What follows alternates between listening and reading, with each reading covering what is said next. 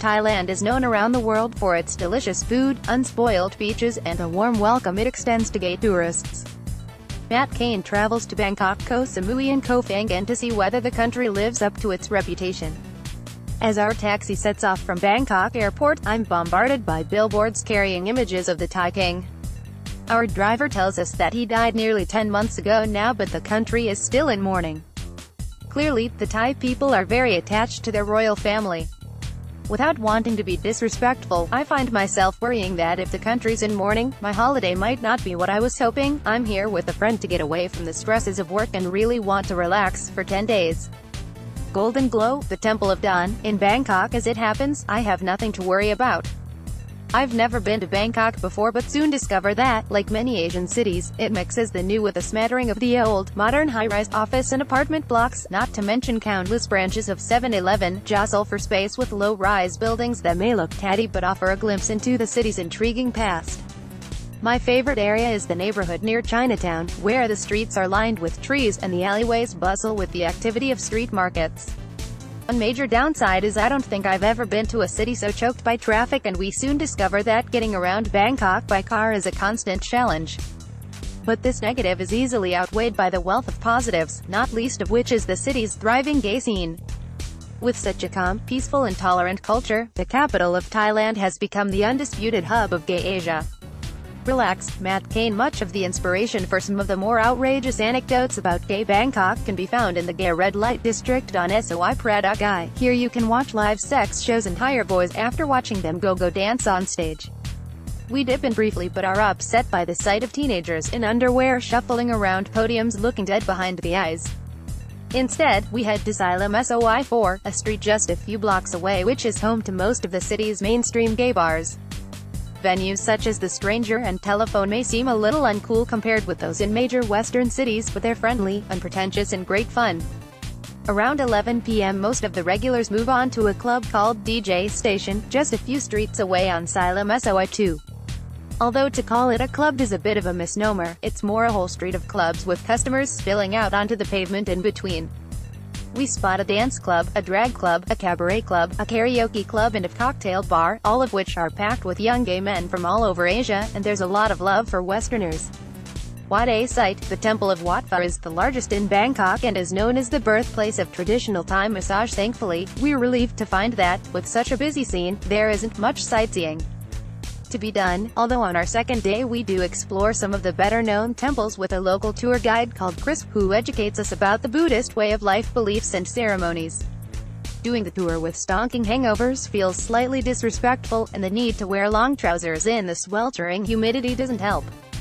But as a hangover cure I can recommend drinking the fresh coconut juice that's sold in the grounds of most temples and on the majority of street corners. Highlights of our tour include the Temple of the Golden Buddha, the centerpiece of which dates from the 15th or 16th century and is set in a vast hall decorated with intricate handmade carvings and paintings of lotus flowers, the Temple of Dawn, which features a breathtakingly ornate tiered tower decorated with ceramics that bear images of angels, demons and monkeys, and the Temple of Wat Pha, the biggest and oldest temple in Bangkok, which includes a 48 meters long reclining Buddha that's too big to photograph and dominates an ornate hall painted with scenes from Buddha's past lives.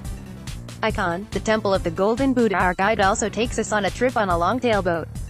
This begins on the Chao Phraya River, which is surprisingly quiet and lined with palaces, temples, a hospital and parks. We turn off the river and sail along several pretty canals lined with mango trees and rickety wooden homes built on stilts, with balconies and terraces that stretch out over the water. Reclining on these are enormous iguanas and lizards, while herons stalk up and down, eyeing up the fat catfish that wriggle around in the water. We end our tour feeling charmed and fascinated by our 2 days in Bangkok, a city we decide is underrated and terrific fun. Our next destination is Koh Samui, which was known for a long time as a quiet paradise island but is now more developed. However, it hasn't been spoilt and the gorgeous sandy beaches are still quiet enough for you to find a stretch all to yourself. Idle, Koh Phangan boasts beautiful, quiet beaches. A lot of the tourism on Samui is high-end and luxurious but still affordable. And the food and drink is cheap, as are the massages, which are on offer everywhere.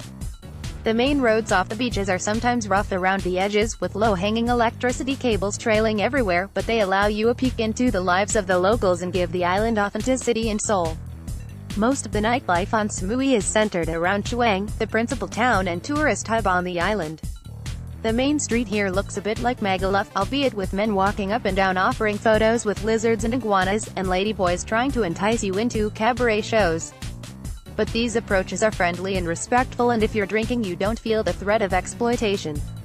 There are only a few specifically gay bars in the town, although most are gay-friendly, and you can walk around the streets holding hands with a member of the same sex without fear of hassle. The busiest gay bar we find is Pride, which has video screens playing chart pop if you want to let loose your inner Britney, and a pool table if you're feeling masked. Here, locals mix with tourists, and if you find yourself feeling frisky, there are plenty of opportunities to scratch the itch. Really Queen, Matt on a night out in Bangkok if you prefer. There are even more options on Grindr, although watch out for the acronym MB, which is used so regularly here that no one explains it, and stands for Money Boy. That is, if you don't want to be slapped with a bill after a hookup. Another highlight of our stay on Samui is a day trip to the Thong National Marine Park. An hour-long trip on a speedboat takes us there, and when we arrive, we discover a collection of small islands which feel totally cut off from the rest of the world. Their beauty is breathtaking, as is the quiet calm they offer visitors. Our first activity in Thong is snorkeling. We drop anchor and one by one, our party slides into the water. We spot fish and turtles among the coral, but it's not what we see but the glorious setting that really makes the experience special. Even the skipper playing Westlife over the boat's PA can't spoil it. Later, we zip around the islands and moor up at the largest to disembark our speedboat and explore. There's very little development here, just a few lunch venues and toilets. We climb up a mountain to enjoy the view down onto a saltwater lagoon, and it's like nothing we've ever seen. Once we've climbed back down, we relax on the deserted beaches and splash around in the shallow water that feels like the proverbial hot bath. This is a true once-in-a-lifetime experience and the kind of place that inspired the hashtag. After leaving Samui, our next stop on the is Phangan, which everyone tells us is what Samui was like before it became more popular with tourists. We have the option of visiting in time for the famous full moon party, but decide, for once in our lives, to be age-appropriate and leave the hardcore partying to the youngsters. As we wait for the ferry to take us there the next day and the previous passengers disembark, we are subjected to a sorry spectacle of every last traveler cliché: nose piercings, fisherman's pants, flip-flops, hair braids, and yes, endless tie-dye. The travelers themselves look the worse for wear, stinking of booze and fabs and gurning maniacally as the drugs they've taken wear off. We congratulate ourselves on making the right decision.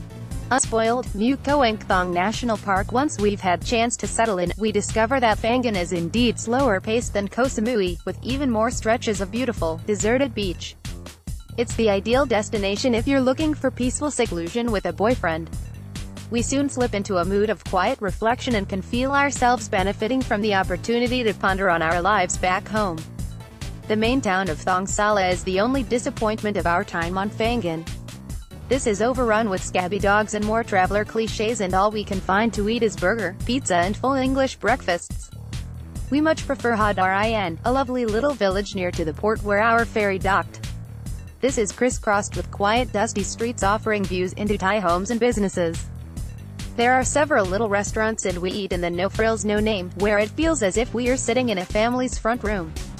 The mother of the family does the cooking, and she treats us to the best meal of our holiday. And that really is saying something. It's here in Hadrin that we discover the Koh Phangan that people raved about. After dinner, we stroll onto the beach and discover a row of bars offering comfy seating and cushions for you to stretch out and look up at the sky while the waves lap the shore, and flamethrowers perform silhouetted against the sea. The atmosphere here is magical, and after a few drinks we find ourselves dancing barefoot on the sand by the light of the moon. It's a joyous experience and a great end to our holiday. The Thailand we discovered is an amazing country with a rich, unique history.